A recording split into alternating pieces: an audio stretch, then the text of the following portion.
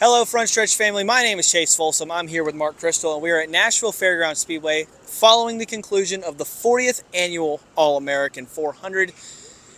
It was a pretty calm race for most of the day, 300 laps for the supers at Nashville, but it got kind of crazy at the end, and a guy who was pretty much nowhere to be found all day long found himself in victory lane, leading one singular lap. The last one, Jake Garcia, wins the All-American 400. Where did he come from? You and I were talking just beforehand. He was running top 10 and 6th through 10th for most of the race.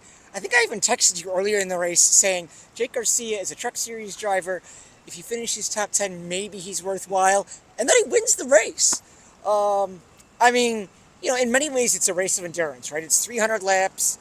You've got the two stages, different tire strategies, because there was 10 tires in the pits. So when guys at the end were taking their last two tires or last four, was kind of varying a little bit. And, a little bit of some late race drama. And I think on that final restart, he just nailed it. I was looking by the restart line, and it looked like he was dead even. And they went into one, and he just went out and won it. And to a certain extent, I think that also proves where he's really good at his racecraft, because he is a Truck Series driver. He races alongside the drivers that you'll see next week on Friday, competing at Phoenix for the title. He races full time. So even though this is a different car, he's a talented enough driver to be racing in trucks for a good team, mind you.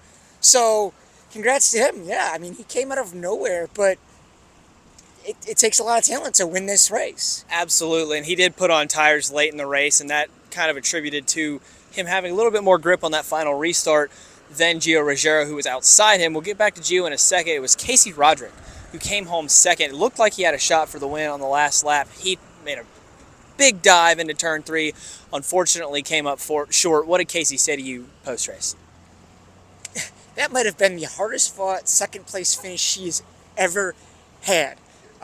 He was pleased with it, no doubt, and obviously you want to win, but he just said they kept on working all race. They took tires, I believe, the second to last or third to last caution. I think it was about 20 to go. I think he took tires at the other one. It was 2:59, so about 40 to go. All right, so 40 to go, he took tires, and that really seemed to get him going quick. He said that, obviously, if it would have been green, he thinks maybe he would have had a shot.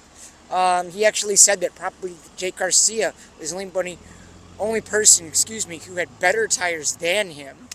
And he wins the ASA title, which obviously we can talk about. He's not sure if he's going to the Snowball Derby, but as he said, he's can add the title to his list of his resume, and he was pleased overall with his performance, even if he came up one spot short. Absolutely. Now, I did mention Gio Ruggiero. He unofficially comes home 4th, but it looked like he had a shot late in the going. He took the lead around 20 to go from Dawson Sutton, and on that final restart, he just got beat by Jake Garcia.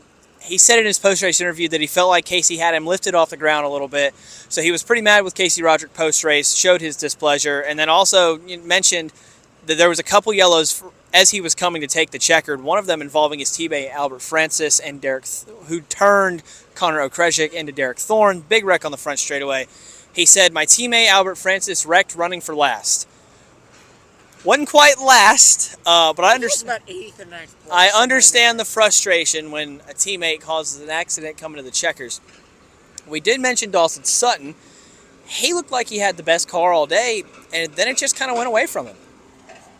Yeah, he just was. Honestly, it seemed like after the first stage, because Cole Butcher won the first stage, it seemed like the minute that second stage went green, Dawson was just the best. He could gap. It looked like when second place would catch him for a few laps, he would then pull away. But he looked like he had the best car all day. Obviously, as we've seen, be it NASCAR, the Cars Tour, ARCA, etc., the best car doesn't always win. But man, what a race from Dawson, and he got promoted to the Truck Series ride full time. So maybe this is an indicator of his potential for what he can do in that truck. Absolutely, and when you have a guy like Dawson that got promoted to a truck, especially when you're talking about, hold on just a second here, about to lose my book bag to the forklift. Anyway, when you're talking about a guy that got promoted to in his family's team, you want to see him have results, and he showed that today. He showed the maturity and the ability to be able to run up front. I think they're going to take this block next, so I'm going to try to wrap this up.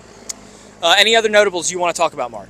I mean, otherwise, there was some tire strategy. A lot of the drivers did say, or some of the drivers, excuse me, did say that they're going to be running the same tire compound for the Snowball Derby, and for many of these super late model drivers, that is the next race. So we'll see. In the meantime, congratulations to Jake Garcia. Absolutely, it was a fantastic event here at Nashville Fairgrounds. We will see you guys for the South Carolina 400 at Florence Motor Speedway. That'll be my next event, and then we will be at the Snowball. For Mark Kristl, I've been Chase Folsom. Until next time, we will see you guys later. Hey race fans, I'm Chase Folsom with Frontstretch.com. If you enjoyed the short track video you just watched, please be sure to subscribe to Frontstretch Grassroots on YouTube for more Cars Tour, ARCA, and other grassroots racing content.